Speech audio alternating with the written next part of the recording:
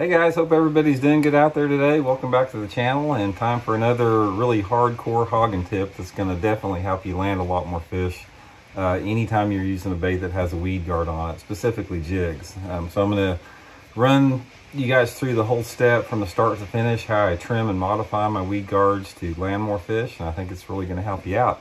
But I just want to remind you guys before we get started, if you guys haven't had a chance to subscribe to the channel, it'd be much appreciated if you guys could hit that subscribe button. It really helps out.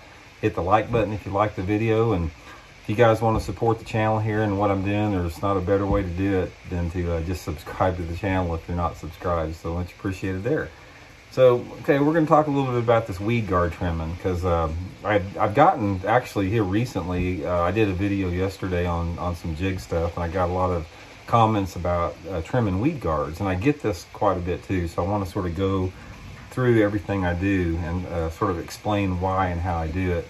And I think a lot of people, I'm beginning to realize, guys, the more that I do these YouTube videos, about how many people out there that I guess they're maybe just getting started in bass fishing that don't really understand much about jig fishing. So I love to fish jigs, and I'm here to help you guys whatever way I can. So if you guys got any questions, shoot them, drop them in the comments, and I can look for them, address them there. But specifically, when we're talking about weed guards, I don't know of any jig that's that's basically come from the factory that you don't have to do anything to the weed guard with.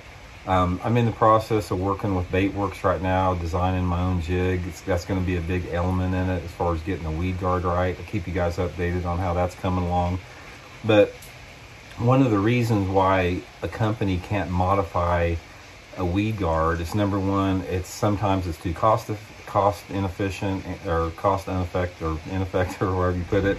And the other time is that you need a different variety or density of weed guard fibers depending upon the situation you're fishing. Because let's go over real quick about how I determine how I trim my jigs up.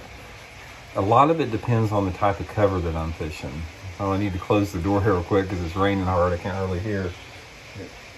But okay, that's better. A lot of it depends on the type of cover that I'm fishing, because what I want is a mix between being able to efficiently put that jig where I need to and not get hung up, yet I don't want the weed guard to interfere with my hook setting abilities, which it will if you don't trim it sometimes.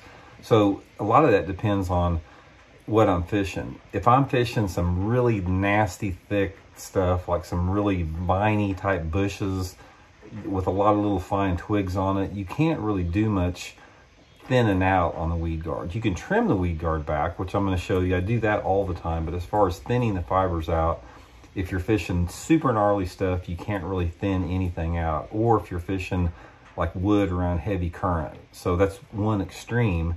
And the other extreme is if I'm fishing like a swim jig sometimes, or some type of jig on a clean bottom, I may cut the weed guard completely off. You don't even need it. If you're not getting hung up, you don't need it. And then everything else sort of falls in between. If you're fishing docks or laydowns or grass or whatever, what you have to learn, guys, is you have to learn how much of a weed guard that you need, or how much of a weed guard that you don't need. And that's just a matter of how much you get hung up or how much you don't get hung up. But I'm going to show you guys how I trim them here, because this will give you an idea here what we're looking at. And the first thing you need to do is you need to get you a good pair of sharp small scissors, which I don't have right here. Somehow I think Elijah or somebody got a hold, one of the boys here got a hold of my scissors. I can't find them, so I got these big honking pair of scissors to try to demonstrate with. But anyway, I'm going to give you guys, here's the typical jig that I use right here. This is the way that a lot of the jigs come from the factory. You see, the weed guard is basically just stuck in there, and they haven't trimmed this off at all. This is just straight across like that. They haven't trimmed it, or they haven't narrowed it out. So the first thing I do, guys, before I get any I do this on every single jig, is I want to trim this weed guard parallel to the top of this hook. I don't want that weed guard at this angle right here. There's no reason for that. So I take my scissors, and I'm going to come in, see how that is right here? I take my scissors, and I'm going to come in, and I'm going to make a parallel cut, just like that. And notice how that weed guard is more parallel to the top of the hook here. And that just makes it lay down a lot easier. You're getting rid of that material up there that there's no reason for it to be there. So cut it, try to cut it as much as you can parallel. Let me get a little, it's hard with these scissors. Something about like that. See how that sticks up there? And here's, I'll grab another one here to show you what it looks like. What it just did look like. Here's the difference between the two. You can see right there the way they're trimmed. So I trim it back, and I want to usually leave like an eighth of an inch of a gap over the top of it. Okay, the next thing I do is going to be how many fibers I want to take out of this. And there's 3 steps. There's trimming this, there's taking the fibers out, and then there's spreading the guard out. So there's 3 steps to modifying the jig. So the next time that I do, say if I'm fishing thick bushes, I'm going to leave it just like this. I may take it and I may spread it out just a little bit, you know, just open it up just a little bit to give more coverage there, but I don't take any of the fibers out. But say I'm fishing isolated laydown stumps around boat docks. My next move is I want to come in and I want to remove about half of these fibers. So I come in like that, simply cut half of the fibers out. So now, instead of a full-size jig, this is what it looks like with half the fibers out of it. And you see the big difference there.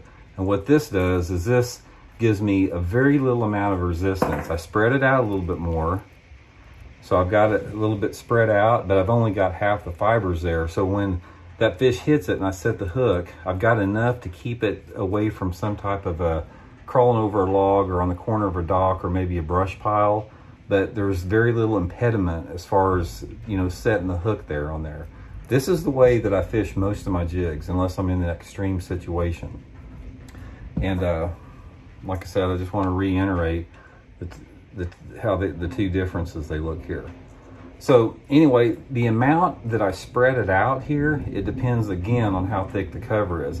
You know, if the cover's not very thick, I'll spread it out a little bit further like that, just to something to keep that point hook.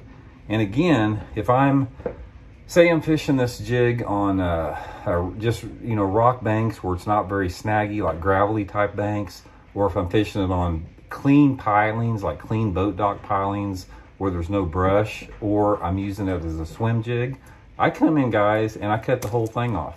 Just completely take it off like that. That way I have absolutely nothing in the way of, you know, getting that hook set really good. This is my favorite way to fish it if I can get away with it, because not only that you can hook a lot more fish, but it looks more natural. You just don't have that weed guard as a visual. And the weed guard, I think we get so conditioned to seeing a weed guard, we see it as actually part of the jig. But in reality, the weed guard is just it's another negative deterrent. It's another factor that basically does not look real to the fish. So the more that you can take out of that, the more that it'll help. But anyway, that's just the simple steps to it. It's really easy to do. Let the type of cover that you're fishing and the current a little bit determine how many strands you use in there. You know, trim that thing, you know, again, parallel back to the hook, take out some of those fibers, and you'll definitely land a lot more fish if you do that. So anyway, I hope that helps, guys. Like I said, much appreciated you guys tuning in. Like I said, hit that subscribe button if you hadn't. Much appreciated, and we'll be back soon with another one. See ya.